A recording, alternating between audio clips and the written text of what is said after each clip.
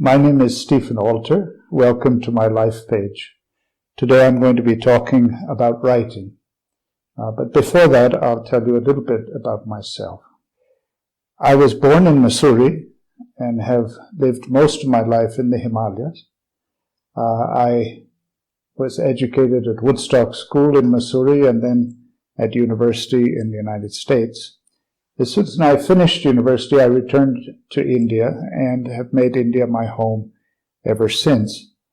I began writing fiction when I was in college, and I published my first novel soon after I left college. Since then, I've been a professional writer all of my life. I have, at points in my career, taught writing, and I've always found that teaching and writing are something that go together.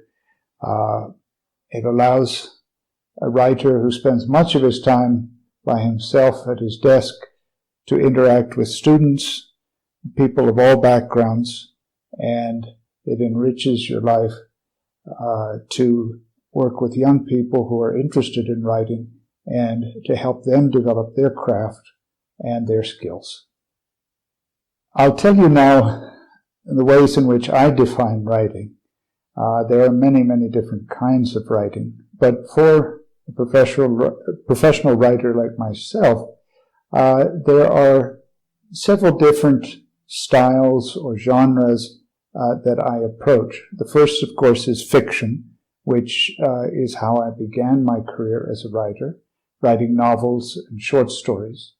But I also at a certain point in my career, began writing nonfiction, which is, on most occasions, is nonfiction memoir or travel, where I am describing journeys, places, people that I meet along the way. Writing as a profession is, on one level, a very simple and straightforward job. You sit down at your desk every day and you write a certain number of words. I write 1,000 words every day, and eventually those accumulate into enough to make a book.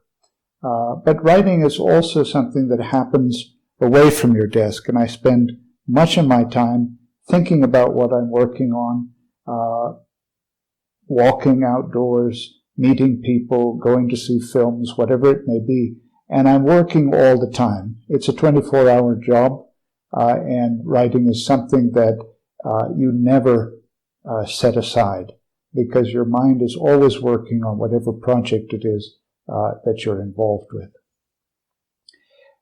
Now I'll tell you a little bit about the education of a writer, or the educational qualifications that a writer requires. On one level, a writer doesn't require any degree in particular. You can study almost any subject and become a writer. But at the same time, I think one of the most important things about being a writer is to have as broad and general an education as you can, so that you have an understanding of a variety of subjects. Much of my writing, at least in recent years, is nature writing.